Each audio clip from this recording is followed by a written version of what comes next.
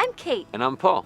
In the previous videos, we've covered some of the essentials of safe kayaking, like always wearing your life jacket, how to dress for the conditions, and a checklist of what to bring with you every time. We've planned a day trip on the water and even talked about what happens if you fall out of your boat. Now we're going to talk about what to do if things go wrong. Really, it's not an adventure until something unexpected happens. But knowing when you're in over your head and what to do can be the difference between a good story and a dangerous, potentially life-threatening situation. First off, it's important to know when to call for help. If a situation isn't getting better and you don't think you can get out of it on your own, remember that it's better to call for help too early than too late. Also, if you're out on the water well past the time you told your friends to worry, it's probably worth a call to let folks know whether you'll need help or not. Before you go paddling, put the number of your nearest Coast Guard station in your phone. If you're in a part of the country where another agency handles the search and rescue, like your city's fire department or the Fish and Wildlife Service, put that number in your phone. Now put your phone in a dry bag or even a couple of Ziplocs and bring it with you. The local Coast Guard number can be found on their website, and in an emergency, a local 911 operator can connect you to the Coast Guard or other first responders in your area. While it's a good idea to bring a cell phone, never count on it as your only way to call for help. Anyone who has ever dropped a call knows that cell phones don't work all of the time or in every place. Many sea kayakers choose to carry VHF radios that allow them to communicate with other boats and the Coast Guard. Consider getting one if you paddle frequently, for long distances, or over long periods of time, especially if there's limited or no cell service where you're paddling.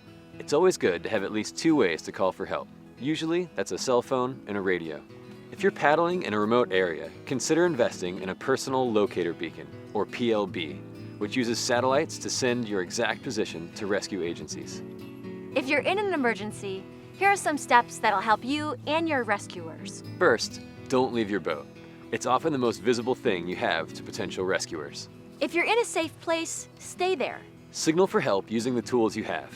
Best case is that you have a VHF marine radio or working cell phone. If so, use them. If not, wave your hands above your head at any boats in the area while continuously blowing your rescue whistle to attract attention or signal emergency. Use your signal mirror to reflect the sun towards other boats or the horizon in flashes of 3.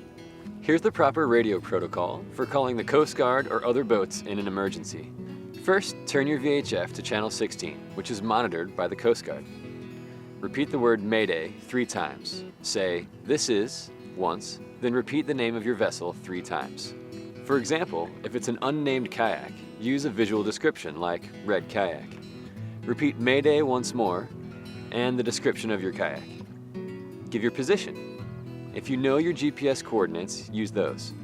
The next best thing is a compass bearing and a distance to a well-known landmark, such as a navigational aid or small island. If you don't have a compass or GPS, describe your position as accurately as you can.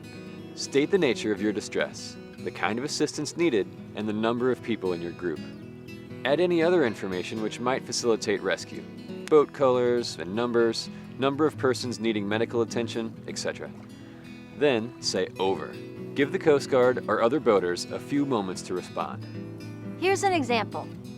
Mayday, mayday, mayday. This is blue sit on top kayak, blue sit on top kayak, blue sit on top kayak. Mayday. This is blue sit on top kayak. Cape Henry Light bears 185 degrees magnetic. Distance, 2 miles. Stranded on small rock island with rough seas. Need pickup. 3 adults in separate kayaks. 1 person near hypothermia.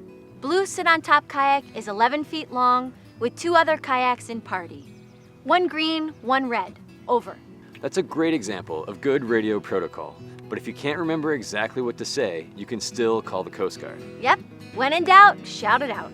Okay, thanks for watching our video series. Remember to always wear a Coast Guard approved life jacket, and that taking a class from a professional instructor is the best way to improve your paddling skills, meet other kayakers, and have fun.